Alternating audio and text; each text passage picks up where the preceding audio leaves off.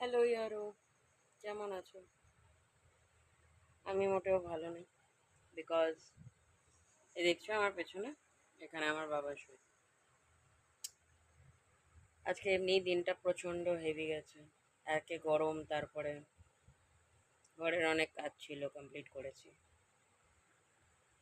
করার পরে এখন আমার মনে হলো যে রাত্রেবেলায় শুবে ভালোভাবে তো শুতে হবে, তো বিছানাটা গুছিয়ে দিই। বিছানাটা ভালোভাবে গুছিয়ে দিয়েছি। আমার বাবার একটা বদ স্বভাব আছে, নিজের জিনিস সব ছিটিয়ে রাখবে। আমি ভালোভাবে গুছিয়ে দিচ্ছি, বললাম 2 মিনিট বসো, বসেনি। তাড়াতাড়ি তাড়াতাড়ি চলে গেল। এখন ঘরে ঢুকে এসে এখন আমার সাথে তুলকালাম লাগিয়ে দিয়েছে যে আমার এই কোথায় সেই কোথায়। আমি বললাম বসো, একটু দেখো এদিক ওদিক কি হবে। তা এখন যাই না, রাগ করে আমাকে বলছে আমি বাড়ির থেকে বেরিয়ে যাচ্ছি। আমার কাছে অত স্ট্রেংথ তো নেই বলবো। আমি বললাম খুঁজবে, খুঁজবে না।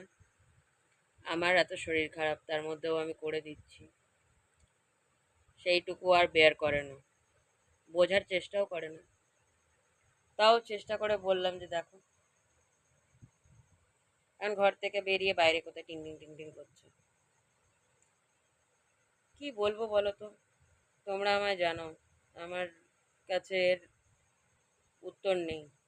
বিকজ যতদিন আমার মা আমার কাছে ছিল, আমার কাছে এর সলিউশন থাকতো।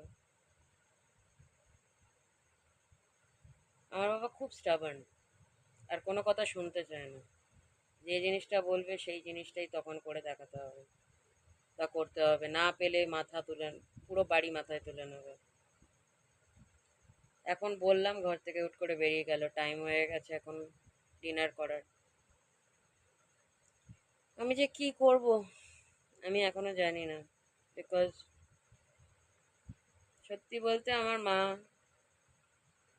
যতদিন ছিল আমি অনেক জিনিস থেকে আমাকে দূরে রাখতো, বাট এখন মা নেই।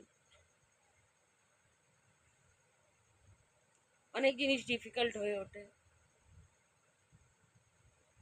But trying. তোমরা একটু সাথে থেকো, আর কিছুই চাইবো না।